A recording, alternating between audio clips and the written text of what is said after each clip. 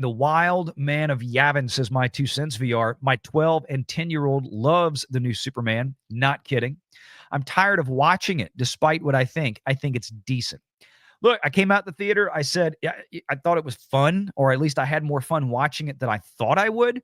Never said it was like the best Superman movie ever. People hear what they want to hear when you say things, especially with movies like this that tend to be polarizing, which I understand. I'm not going to sit here and tell you it was the greatest thing of all time, but it was fun. It was entertaining. There's some of it was some annoying stuff. The dog got annoying. Had about enough of that dog as I could take, but we knew walking out of there, and then the numbers backed it up, that this was a big hit with kids.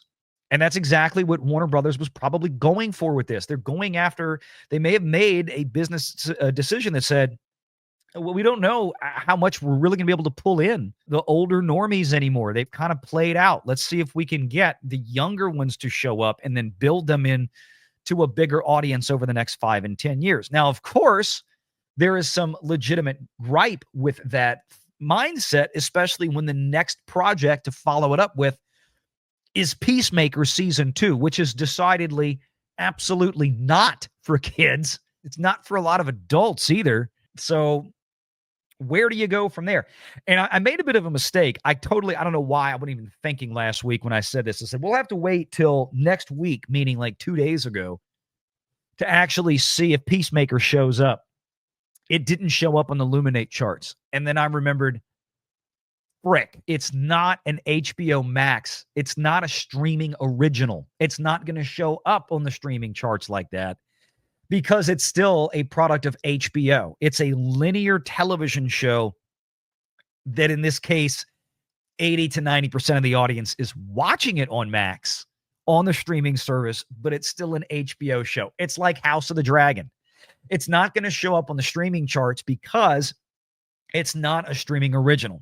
In other words, we're going to have to wait for probably almost a month from now when the Nielsen charts, which do pick up originals and overall and acquired content respectively, it's going to be like a month from now before we see some numbers for Peacemaker.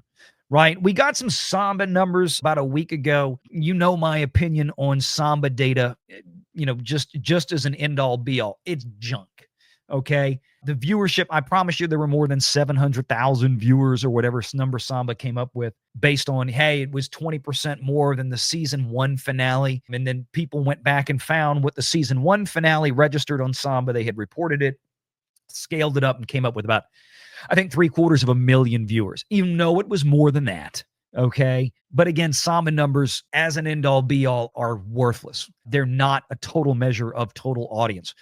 Where Samba numbers are useful is by comparing them to other Samba numbers. So for example, in this case with Peacemaker, if Samba is measuring a 20% greater audience than they captured at the end of the first season a couple of years ago, there's a good chance that the actual audience is that. Although the total number that Samba gives us is not reality, the 20% increase in the audience may very well be.